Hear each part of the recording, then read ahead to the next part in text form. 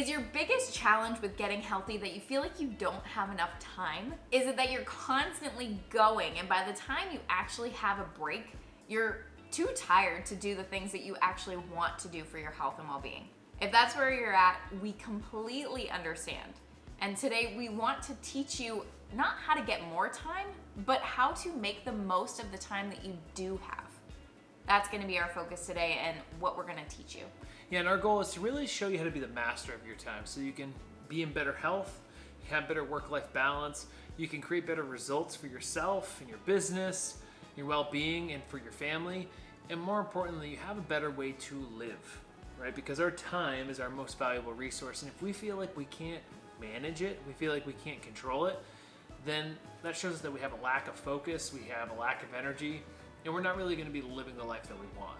Now, today we're going to show you the 5 biggest constraints on your time and how to release them. And we're going to show you by giving you a 3-part process that's going to help you manage your time better through your months, weeks, and days.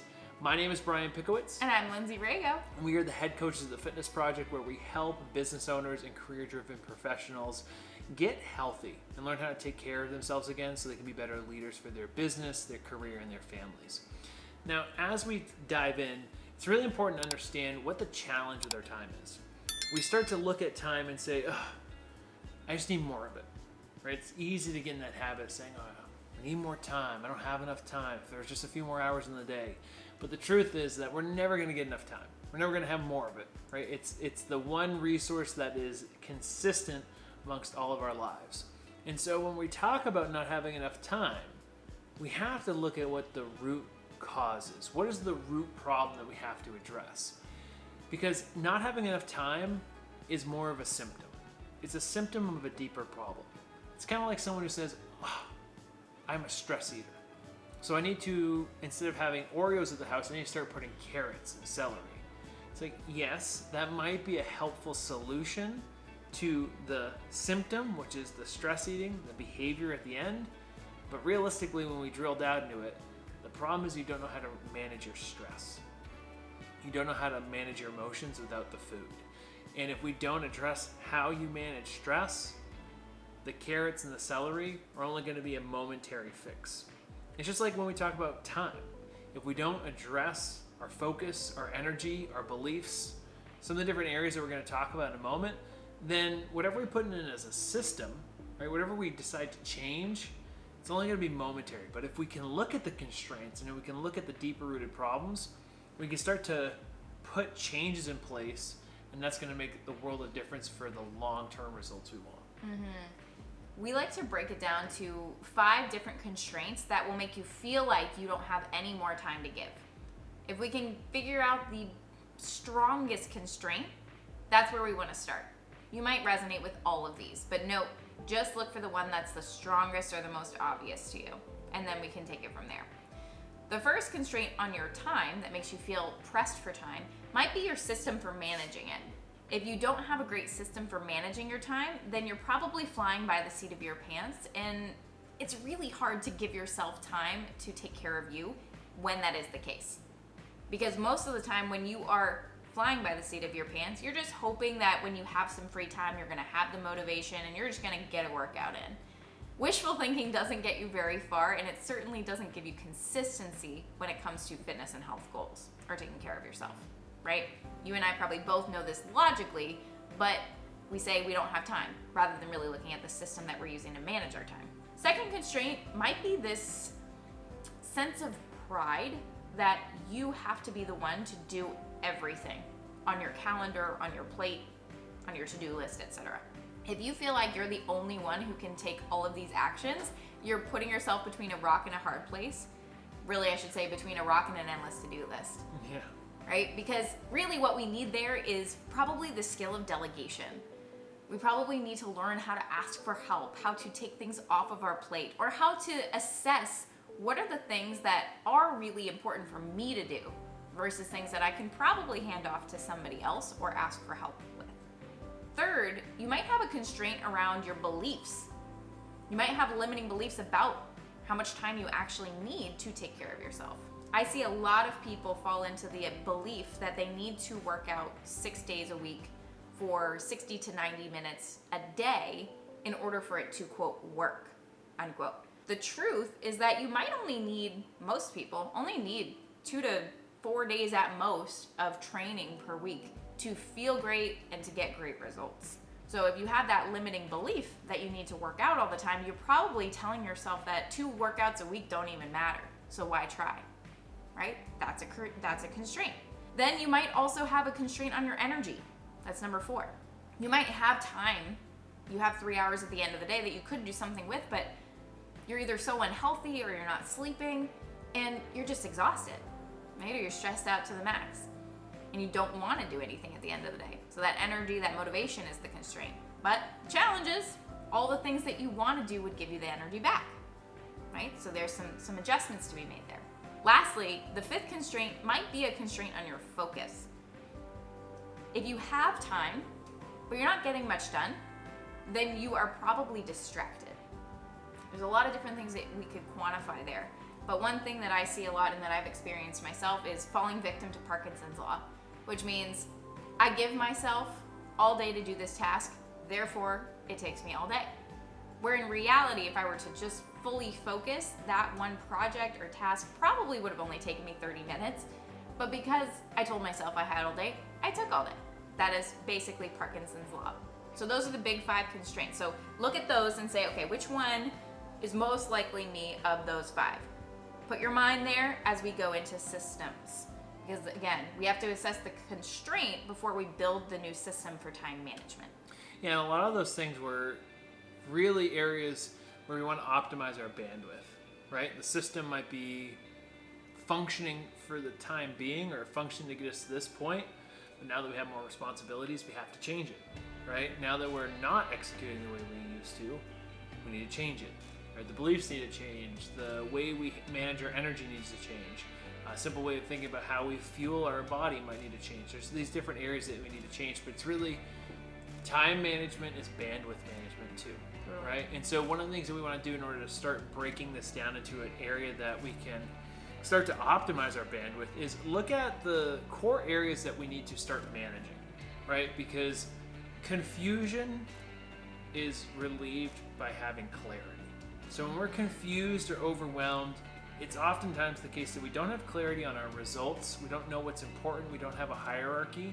We don't know the 20% efforts that create 80% of our results. And so when we think of, okay, what am I managing my time for? It's like, yes, you might be involved in the community. You might have to do these categories that we're going to talk about might break into subcategories. But realistically, what are the areas in our life that we have to manage? Well, we have our business or our career, or that's going to take up the majority of your time. So that's one area to manage, one area to look at. Obviously, if you're a business owner, there's more responsibility there to manage your time. There's your family and your relationships, right? So obviously your spouse, if you have children, your parents, your friends, your colleagues, people you're networking with, those are relationships to manage. And then we also have our health. Now, what's interesting is today we're going to talk more about the specifics of managing your health, because that's the area that a lot of people say that will come after. Back burner. But the truth is that if we start managing our health, we'll actually have more time. I'm also going to understand what is important for me and what can I delegate. What can I start asking for help for? If I took away 1 hour of my day, 3 days a week, 4 days a week, what would that do to the way I looked at my time? The first step in better managing our time around this area, right, we're going to zone in on health, is we want to ask, what is the result that I'm creating over the next month?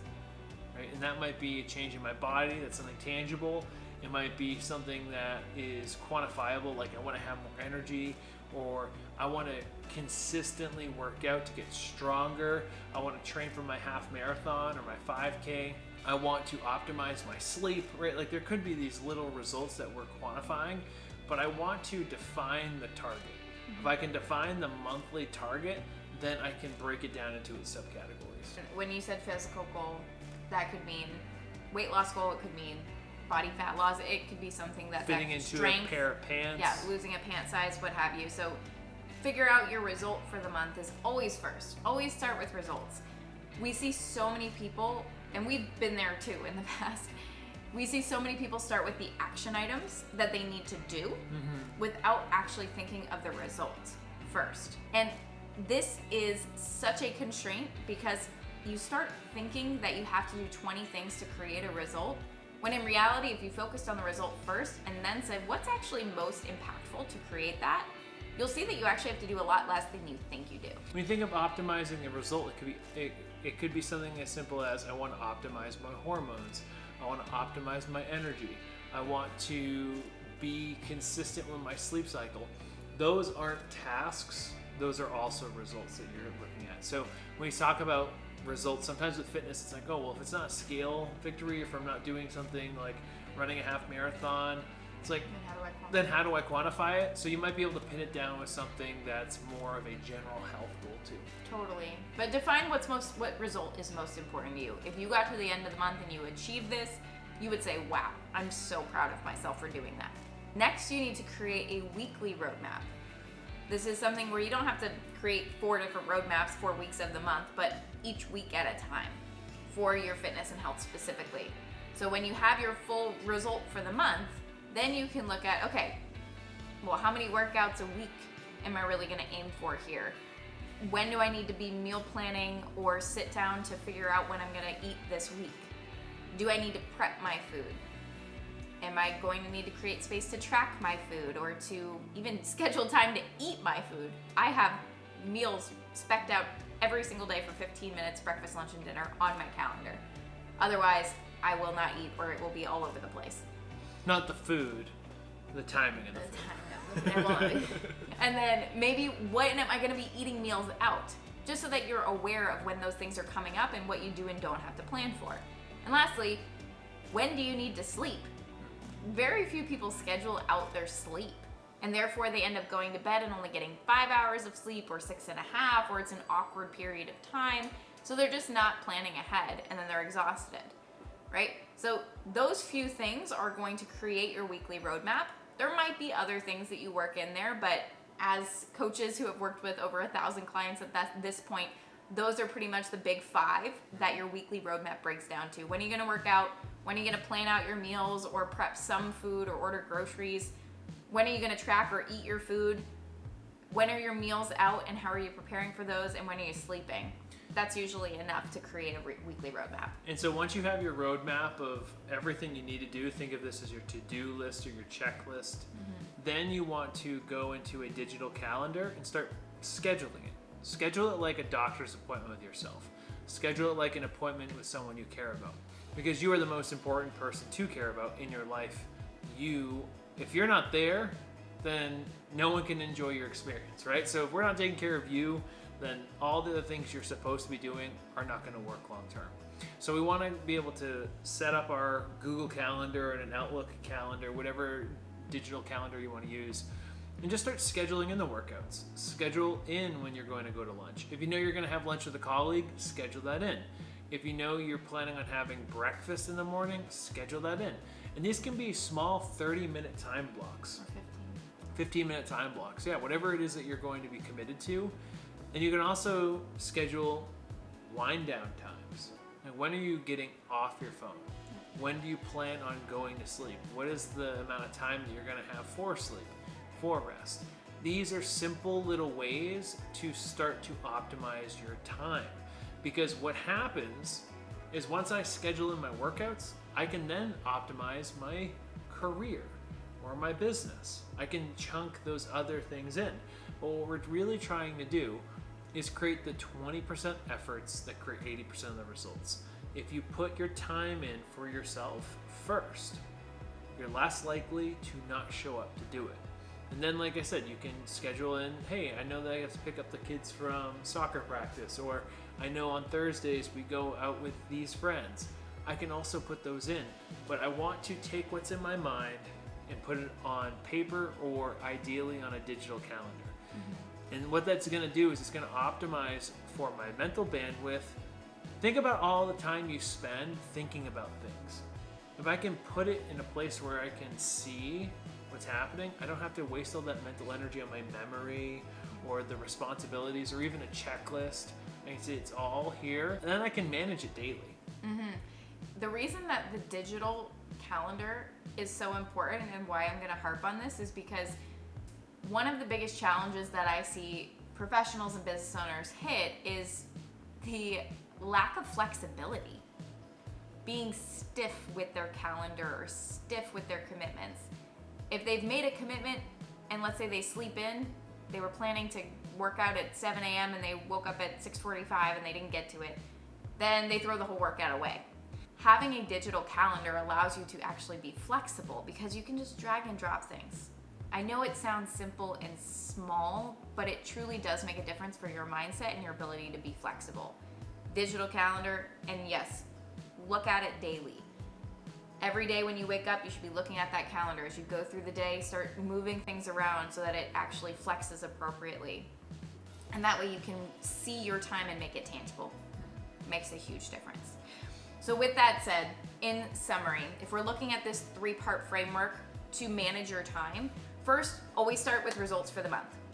Know what you're aiming at for the month. You can break it down to business, family and friends, and then health and restoration. For the sake of this conversation, we focused on health and restoration. Second thing, create a weekly roadmap.